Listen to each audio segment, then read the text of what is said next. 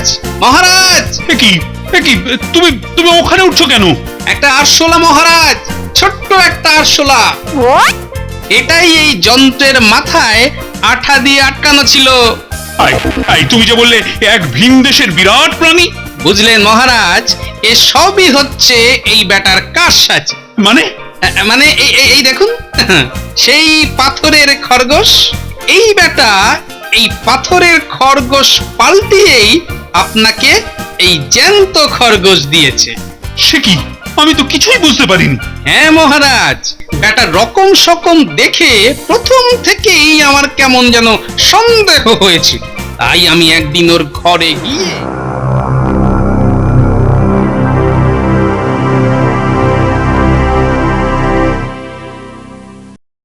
মহারাজ, বলো বলো, কি বার্তা? ভিনদেশ থেকে একজন লোক আপনার সঙ্গে দেখা করতে এসেছে। তাই নাকি? আগে মহারাজ, ওনার নাম হলো গুগলি সিং। উনি নাকি এক জাদুকর বিজ্ঞানী। এ আবার কোন উপলক্ষে বাবা? হ্যাঁ, আচ্ছা, পাঠিয়ে দাও তাকে।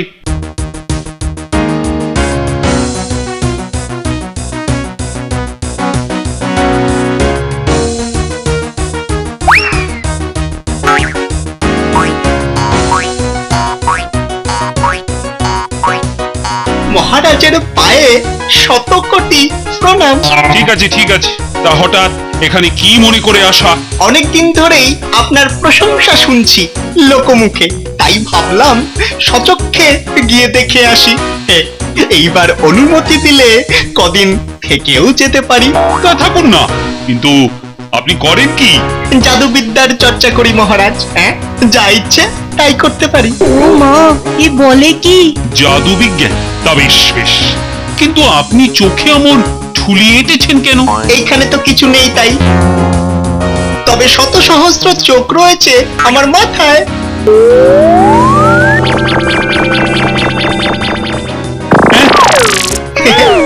এতগুলো কাজে লাগে না, তাই একটা দিয়েই দেখি।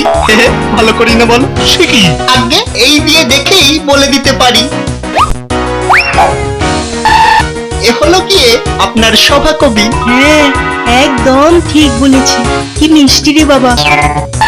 ওই হলো পণ্ডিত, ঠিক বললাম না? একেবারে ঠিক। আরো একজন আছে, তার নাম গোপাল। আমার পুরা কপাল। ঠিক বলেছেন, ঠিক বলেছেন। আপনি তো দেখছি মহাজ্ঞানী। আমি জাদুকর বিজ্ঞানী। মহারাজের পায়ে শত কোটি প্রণাম। দেখেছেন মহারাজ, দেখেছেন? এত গুরুত্বপূর্ণ সভা, তবু গোপালের দেখা নেই। হ্যাঁ, কে? ও হ্যাঁ, গোপাল। সত্যি কি যে করে।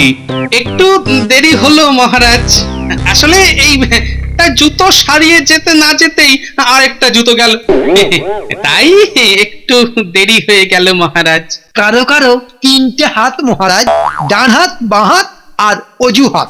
তুমি থামো। শোনো গোপাল, আজ একজন অতিথির সঙ্গে তোমায় পরিচয় করিয়ে দিই। এই যে, ইনি হলেন জাদুকর বিজ্ঞানী, খুব পণ্ডিত মানুষ। আমার নাম গুগলি সিং। আর আমি গোপাল ভাঁড়। ঠিক বলেছি না?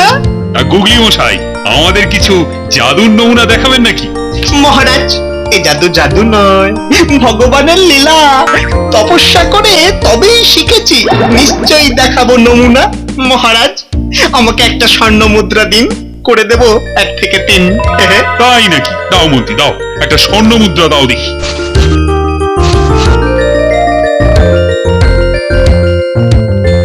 ঝকাত ঝকাত ব্যাঙের ডিম, স্বর্ণ মুদ্রা হয়েছে 3। ওরে বাবা, আপনার তো দারুণ ক্ষমতা। তার মানে তো এই গরিব লোককে বড় লোক করে দিয়েছে। আরো কিছু আছে নাকি আপনার ভান্ডারে? আছে আছে, এই হলো পাথরের একটা খরগোশ। জাদু বলে এর মধ্যে দিতে পারি প্রাণ। মা, কি সুন্দর জাদু। উত্তেজনায় একেবারে টান টান। पत्थर का खरगोश भीतर में आ, तू जिंदा हो जा, जिंदा हो जा।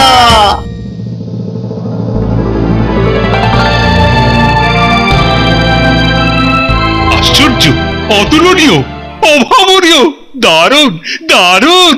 মহারাজ, এবার থামুন থামুন, বেশি বেশি হয়ে যাচ্ছে। হ্যাঁ এই মানে- বেটা তো মহারাজকে দেখছি ভালোই বশ করেছে। দেখা যাক কোথাকার জল কোথায় গড়ায়।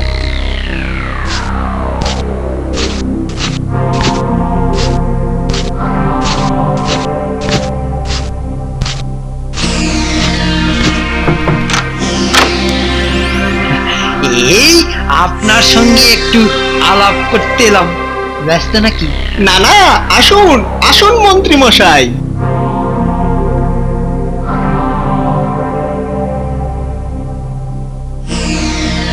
আপনি কি এগুলো দিয়ে জাদু করছিলেন নাকি? জাদুই তো আমার জীবন।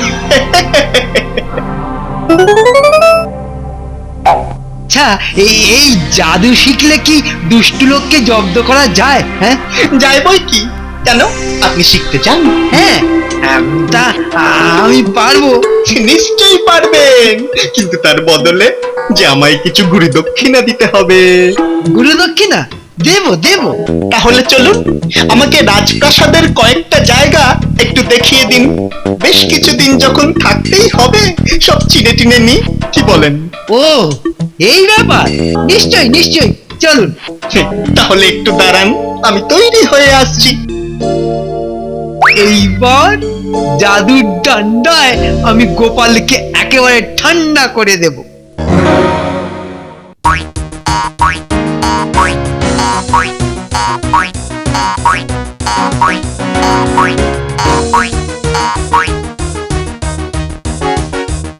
এই হলো ঘোড়াশাল।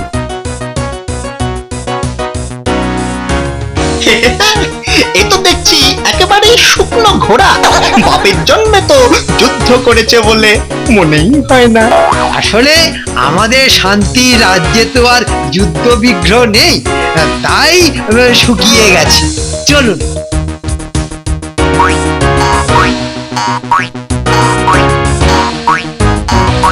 এ কি, হাতিগুলো তো শুকিয়ে গেছে দেখছি।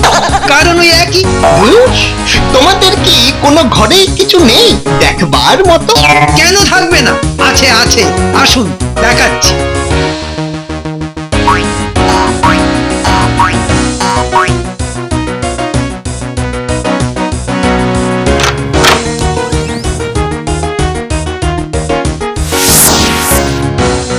দেখুন, এ হলো রাজকোষ। আগে দেখেছেন কখনো? হ্যাঁ, বাহ বাহ, এটা বেশ কাজের জিনিস দেখছি। কিছু বললেন? না না, মানে ভালো ভালো, এটা খুবই ভালো। এবার চলো।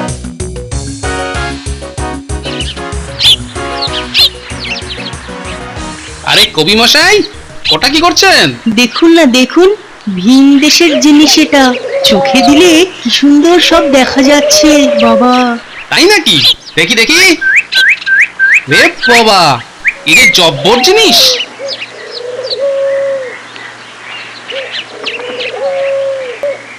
ঠিক আছে, এখন চলি।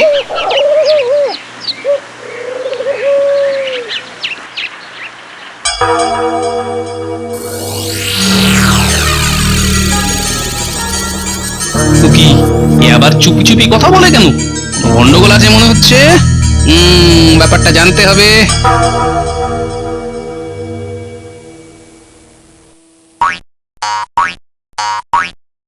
আসুন আসুন গুগলি মশাই, আসুন গ্রহণ করুন। আগে গুগলি মশাই, কিছু যদি মনে না করেন তবে একটা কথা জিজ্ঞেস করি। হ্যাঁ, করুন করুন। না, ওই আসার সময় দেখলুম আপনি চুপি চুপি যেন কার সঙ্গে কথা বলছিলেন। ওটা কে? অশরীরী আত্মা। আমি অশরীরী আত্মাদের সঙ্গে মাঝে মাঝে কথা বলি তো।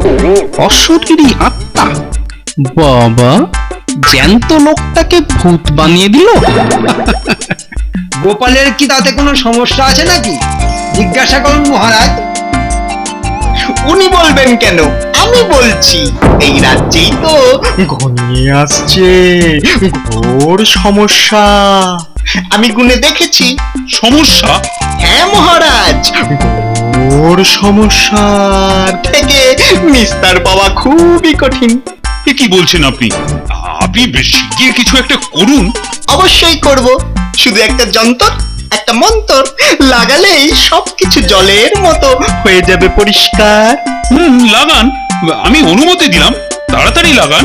মহারাজের পায়ে শত কোটি প্রণাম প্রণাম। হঠাৎ করে এ রাজ্যে আবার কি বিপদ এসে উপস্থিত হলো? না, এবার দেখছি আমাকেই কাজে নামতে হবে।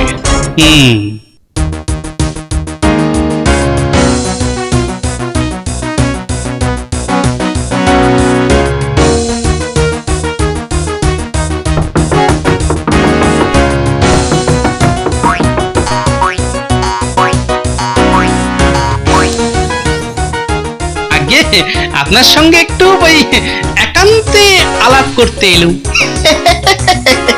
আসুন আসুন।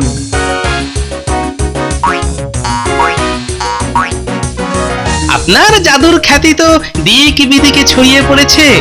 শুধু আপনার বিদ্যা দিয়ে রাজ্যকে যদি একটু বাঁচান। অবশ্যই অবশ্যই বাঁচাবো আমি।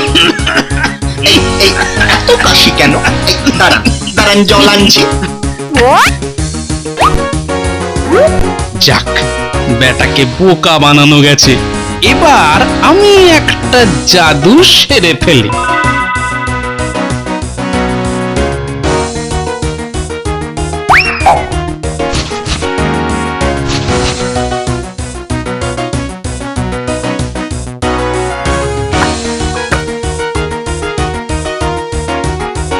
আচ্ছা, তাহলে আমি আসি গুগলি মশাই।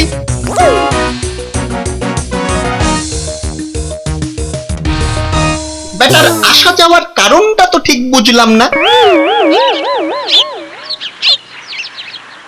কিন্তু গোপাল, এই যন্ত্রের ক্ষমতা তো আমার পুড়িয়ে দিচ্ছে কপাল। কেন, কি হলো আবার? এই দেখো না, সূর্যের আলোয় পড়ছিলুম আর বইয়ের পাতাটায় কেমন আগুন জ্বলে উঠলো। কই দেখি।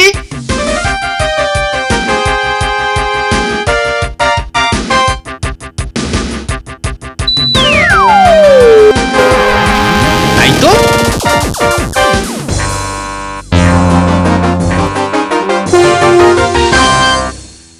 ওরে বাবা, কাজ নেই এই যন্ত্র দিয়ে, বরং বিদেশি যন্ত্র বাক্সে তুলে রাখি গিয়ে।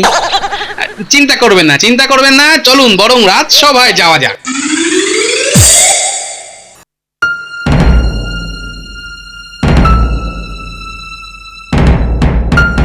আগে কিছু কি জানতে পারলেন মহারাজ?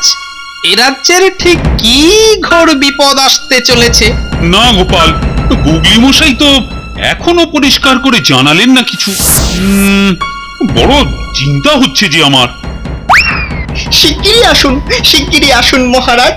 দূরবীক্ষণ যন্ত্রে এতক্ষণে রাজ্যের বিপদ স্পষ্ট হয়েছে। ওই দেখুন মহারাজ। উরি বাবা, এ তো বিশাল এক প্রাণী দেখছি।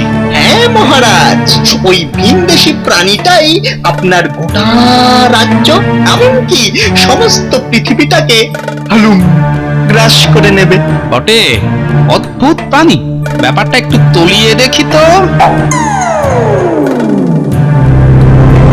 কি ভাবছেন মহারাজ? কিছুই না, কিছুই না। আরে, কিছুই তো মাথায় আসছে না।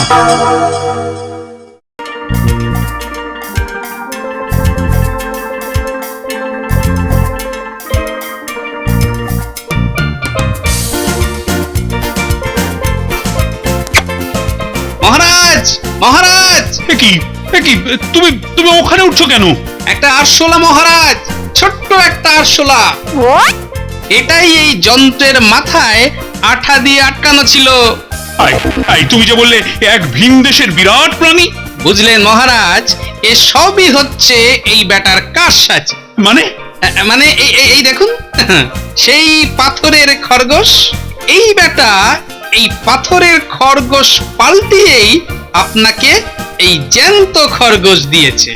সে কি, আমি তো কিছুই বুঝতে পারিনি। হ্যাঁ মহারাজ, ব্যাটা রকম সকম দেখে প্রথম থেকেই আমার কেমন যেন সন্দেহ হয়েছিল। তাই আমি একদিন ওর ঘরে গিয়ে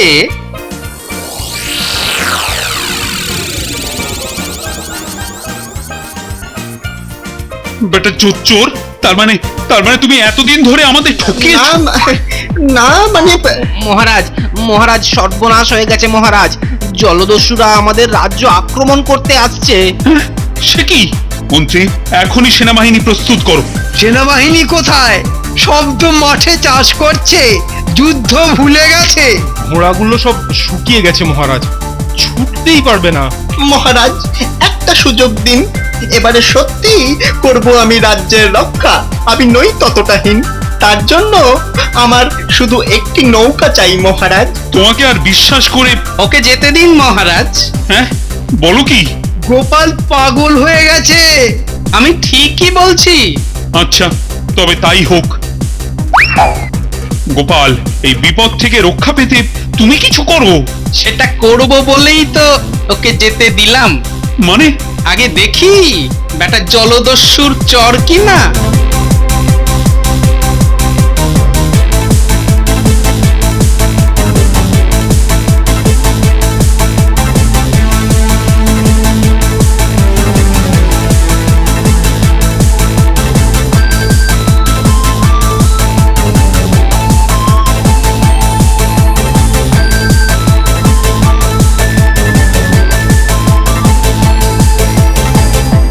আমার সন্দেহ সত্যি, হুগলি সিং ওই জলদস্যুদের জাহাজে। কি সাংঘাতিক! তার মানে বেটা ওদেরই লোক। এইবার উপায়? দাঁড়ান মহারাজ, সূর্যটা উঠুক, তারপর দেখুন কি হয়।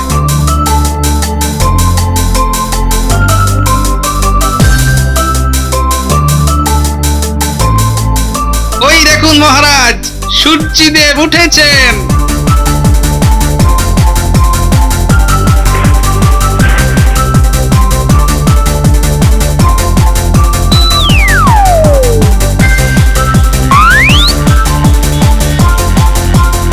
এসব কি হচ্ছে কিছুই তো বুঝতে পারছি না। তুমি বুঝলে তো আমার জীবন ধন্য হয়ে যেত। এটা কবে? চুপ করো। শুরু হয়েছে, কাজ শুরু হয়েছে। দারুণ গোপাল, দারুণ করেছো তুমি। আমি তো নিজের চোখেই বিশ্বাস করতে পারছি না। সূর্যের আলো পড়ে জলদস্যুদের জাহাজটা একেবারে পুড়ে ছারখার। কি মন্ত্রী মশাই, এবার বুঝলেন তো?